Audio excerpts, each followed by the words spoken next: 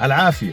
لو اكتشفت انه جوزك بيعاني من نقص وجفاف عاطفي وحرمان من الحنان وسرعة خفقان وشح بالوجدان وتلبك بالمودة واللي بالي بالك، حكي صح ولا انا غلطان؟ الزلمة موجه على اكتئاب، ما بحذر بجوز هالسلافة توصلوا للانسحاب. هي انت يا ام كشة ما بتشوفيه وهو سرحان وبتحسر وما بسمع الا لامير الاحزان مصطفى كامل؟ بنزل حالات بتقطع القلب.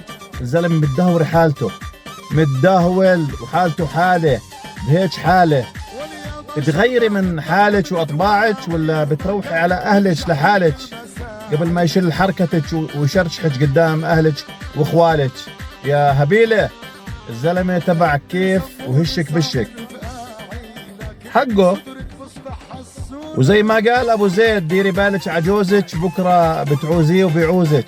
صحي حنحني عن الحزين، قربي منه كمان وكمان، ترى اخونا تعبان وبيعاني من زمان، جيعان وعطشان، مش اكل ولا شرب. الزلمه محروم وبده وجبه مكس ومشاعر حب مغطسه بالحنان. فهمتي ولا اعيدها من جديد يا عوافي تلبيس طواقي؟